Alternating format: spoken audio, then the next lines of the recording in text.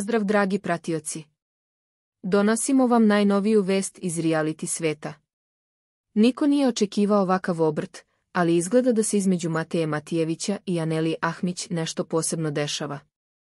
Njihova bliskost na posljednjoj žurci ostavila je gledaoce bez teksta, a čini se da se ovaj dvojac više ne razdvaja. Da li je nova romansa na pomolu? Tokom nedavne žurke, Mateja Matijević i Anelija Ahmić su bili u centru pažnje zbog svoje očigledne bliskosti. Uživajući u dobrom raspoloženju, smejali su se i provodili vrijeme zajedno, ostavljajući utisak da postoji nešto više od običnog prijateljstva.